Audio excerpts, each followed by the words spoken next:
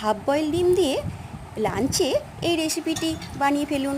প্রথমে সিদ্ধ করে রাখা আলু বড় বড় করে কেটে নুন হলুদ দিয়ে ভেজে তুলে নিয়েছিলাম।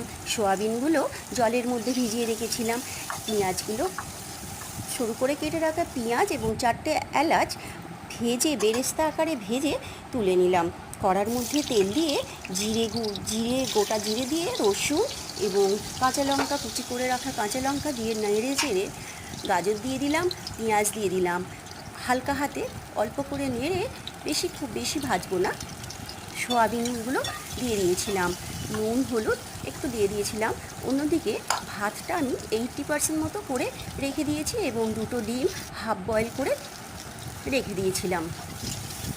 সোয়াবিন দিয়ে নাড়াচাড়া করে একটু হলুদ গুঁড়ো, নুন এবং জিরে গুঁড়ো ও ধনে গুঁড়ো দিয়ে ভালো করে নাড়াচাড়া করে জল দিয়ে দিয়েছিলাম।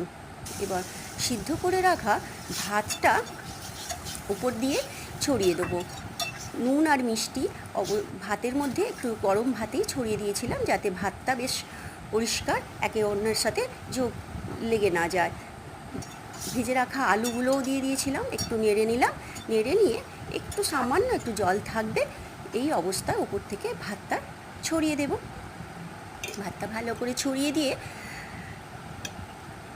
বেরেস্তাটা যেটা করে রেখেছিলাম সেটা দিয়ে দিলাম এবং উপর থেকে বেশ বড় চামচের 1 চামচ ঘি দিয়ে দিলাম।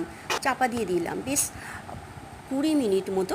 চাপা খুলে এবার হাফ বয়েল করে রাখা ডিমটা দিয়ে দিলাম, আবার চাপা দিয়ে দিয়েছিলাম। চাপা খুলে এরপর গোটা গোলমরিচ কেটে গুঁড়ো করে রাখা গোলমরিচ দিয়ে দেখুন ভাতটা কত জুসি আর কি সুন্দর হয়েছে, ঝাড়া ঝাড়া হয়েছে একেবারে।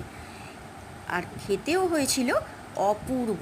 খুব চটজলদি এই রান্নাটা মুখের টেস্ট সুন্দর করে বাড়িয়ে দেয়। খুব ভালো লাগছে।